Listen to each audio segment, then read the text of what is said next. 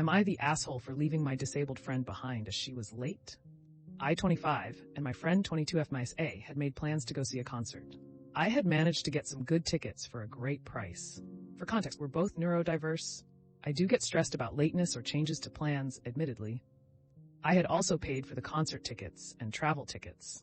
The agreement was she'd cover food and drinks. A is consistently late to things. This has led to conflict before. I purposely told her I'd booked an earlier train than the one I'd booked. We were working to a budget, so paid for non-changeable tickets using a rail card that gives two people a discount if they're traveling together. I told her the earlier train as I couldn't afford any extra expenses. A was late, missed the earlier time.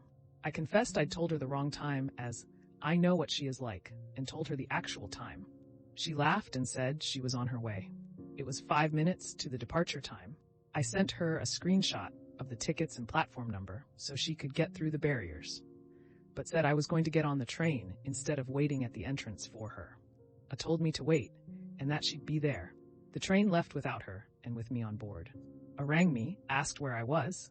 I told her I was on the train, but if she spoke to the ticket desk, they could help her book a later train if she still wanted to come. She started shouting at me, saying I was horrible for leaving her behind and that I knew she couldn't afford another ticket. She blamed her ADHD for being late, which I said wasn't an excuse as I have ADHD too and managed to make it.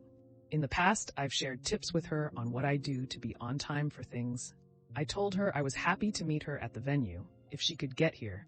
Her response was that she was going home and didn't want to go anymore.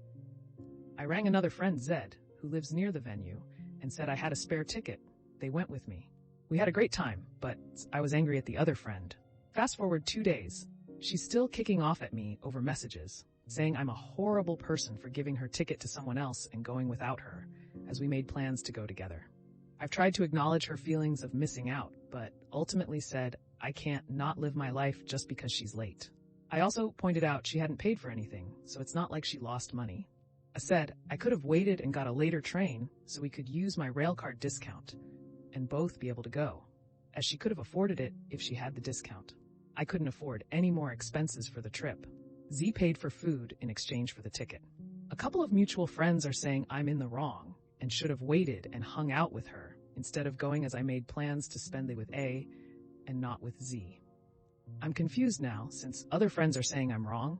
So to break the tie, I'm asking Reddit, am I the asshole? Edit to update. I've since spoken properly with the mutual friends. They've apologized and said they didn't have the full story. I genuinely have accepted their apologies, and there's no hard feelings between us. I've muted A's messages. Something tells me she's found this post as she was blowing up my inbox. Edit for context. I refer to her as disabled in the heading, as she said, and I quote, "You left someone with a disability behind and didn't help them." Not the asshole. Your friend has quite the nerve. But riddle me this. You are triggered by people being late and plans changing, and you are friends with a person who is constantly late, presumably triggering your anxiety. What is wrong with that picture? You make a point, Taba. I've always had the view that just because something stresses me out or is difficult doesn't mean it should rule my entire life. On reflection, this is probably something to take to my therapist and start working on establishing some boundaries in my relationships with others. By leaving her chronically late ass and going to the concert, you established a great boundary. The only people who protest against you setting a boundary is the person who is benefiting from you not having one.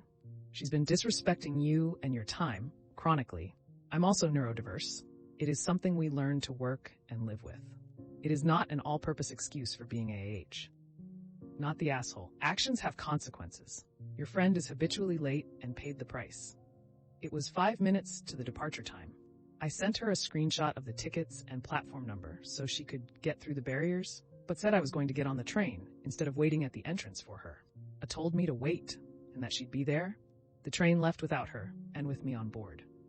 A couple of mutual friends are saying I'm in the wrong and should have waited and hung out with her instead of going as I made plans to spend the day with A and not with Z. These aren't real friends. You were supposed to eat the cost of the tickets and miss the show because a friend was late. Again. So you called someone else and had a blast with them. Not the asshole. Speaking as a chronically late person with severe time blindness and a sleep disorder. She has the right to be forgiven for lateness by her friends, rather than having you take it personally. You clearly do this. She has the right for you to hold her ticket if she can get to the venue herself. You offered to do this.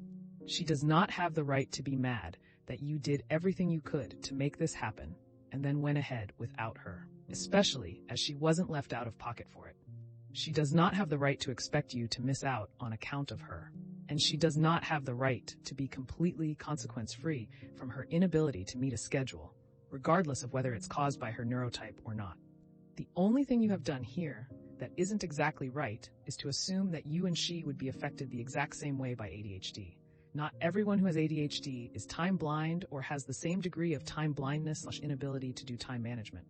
But since you were angry and she was shouting at you after you'd been more than reasonable, that's not the worst thing in the world, and you're not an asshole for it. And she shouldn't be demanding that you do all the work of compensating for her being worse affected by time blindness than you are. Well, that's another episode of Am I the Asshole in the books. I really appreciate all of you who made it this far into the video.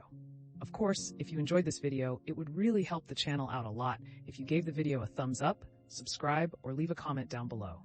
I hope that you enjoyed it, and I'll see you next time.